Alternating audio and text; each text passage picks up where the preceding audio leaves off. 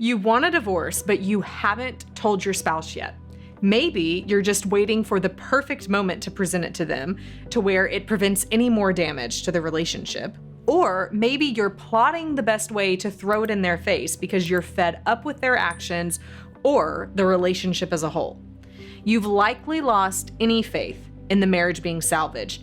And even though you have children, perhaps, who will miss their parents being in the same house, you honestly believe that it is still the best decision. If you don't have kids, you're probably thinking of all of the freedoms that you'll get back after getting a divorce, and honestly, it may even sound too good to be true to you right now. Well, before you make the decision to divorce, which by the way is completely your choice, I'd like to give you a few considerations as you're crafting the perfect plan to present divorce to your spouse. Here's the first thing. Throw your plan away and try this instead. I hope that you have not taken the decision of filing for divorce lightly. There are some more basic questions to consider before filing for divorce that are more logistical, such as where are you going to go? How are you going to support yourself? Will you owe alimony or child support? All of those legal and logistical questions you should consider, but the most important question for you to ask yourself before filing for divorce is, have I thought about how this decision is truly going to affect me and those I love for the rest of my life and theirs? There's a researcher at the University of Austin, Texas, by the name of Dr. Regnerus, and he is quoted as saying that divorce is the gift that keeps on taking. He says this because there are so many aftershock effects of divorce that people don't even consider when they initially make the decision. It's the gift that keeps on taking. But I want to give you a gift that keeps on giving at the end of this video. So stick around and I will give you access to a free resource we want to give you. My name is Kimberly Holmes and I am the CEO at Marriage Helper. And at Marriage Helper, we have helped thousands upon thousands of couples whose marriages have been affected by divorce. We've even helped individuals, even if it's not the couple we get to serve, individuals when they are considering divorce or when their spouse has filed for divorce. In fact, divorce has affected me.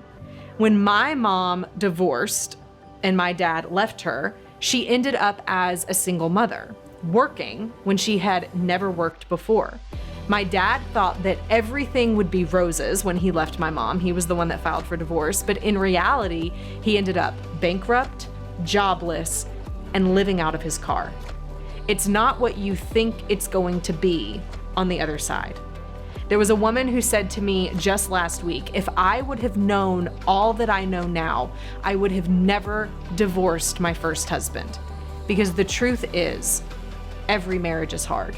It's just in the next marriage, you marry a different set of problems.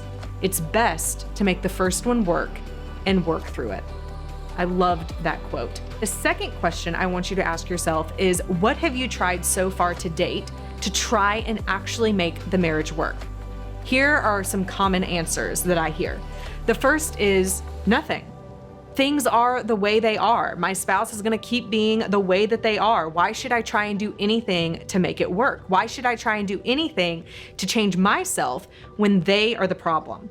But you see, the problem with this answer and this stance of doing really nothing to try and change things and make the marriage work is that you're not going to have an easier relationship the next time.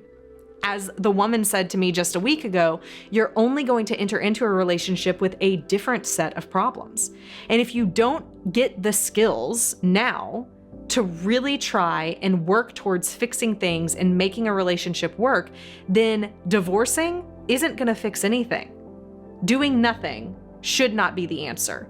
And what we know from research, when people wait for 6 years before they actually do something to try and make their marriage work, it doesn't get better in that 6 years. A lot of times people don't want to deal with the situation. They don't want to go to counseling or talk to their spouse about it because they think time will make it better. No, time will make it worse unless you do something to make a change. The second most common answer that I hear is counseling. We tried counseling and it didn't work. Listen, I think that great counselors are great resources. We also know from my relationships with counselors, from me being trained for 2 years as a marriage and family therapist, I know, and many counselors know, that counseling is also difficult, and it can be very difficult to be one-on-one or one-on-two as the counselor with the couple in your room and try and work through difficult issues. And the other thing is, if you don't pick a counselor who is really pro-marriage, then all it takes is a counselor saying one thing. Either maybe you should divorce or maybe you should try a separation, and then that's all your spouse needs to hear, or maybe that's all you need to hear in order to say, you know what? Even a professional doesn't think we can make this work. But guess what? You didn't actually give it a good fighting chance. The third most common thing that I hear is, we read a self-help book and it didn't work. It takes way more than reading a book to fix a relationship. Or you may even say that you talked to your spouse and they just didn't listen. Or maybe you really want to say that you've honestly tried everything. But have you? What are you actually willing to do to try and save your marriage and make it work before filing for divorce? Lots of people will say anything. If I really thought this marriage could be saved, I would do anything. But when it comes to actually humbling yourself, realizing that maybe were things that you did that contributed to the downfall of your marriage, and then learning the right things to do, changing your behavior and admitting when you're wrong, many people are actually unwilling to do that. But guess what?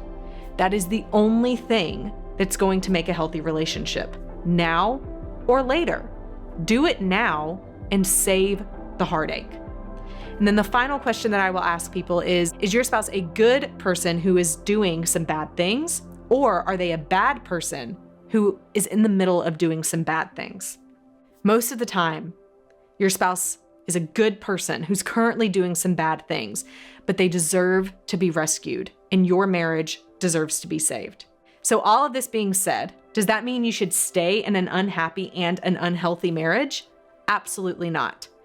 We at Marriage Helper can help you. We can teach you the things that you need to know to fix your relationship, to stop the divorce, and to put your marriage back on track to being even better than it ever was before. What we teach you is research-based, time-tested, experience-proven principles that have been around for over 20 years in the work that we have been doing with thousands of couples across the world. And our results speak for themselves. Our workshop that we do for marriages has over a 70% success rate at saving marriages, even the marriages everyone else had given up on and were on the brink of divorce. So before you file for divorce, stop and honestly ask if you have done everything you could, because at Marriage Helper, we believe that there is hope. And we have a free resource for you as well. It is our free mini course on how to fall back in love with your spouse and save your marriage, how to stop your divorce and bring your marriage back together.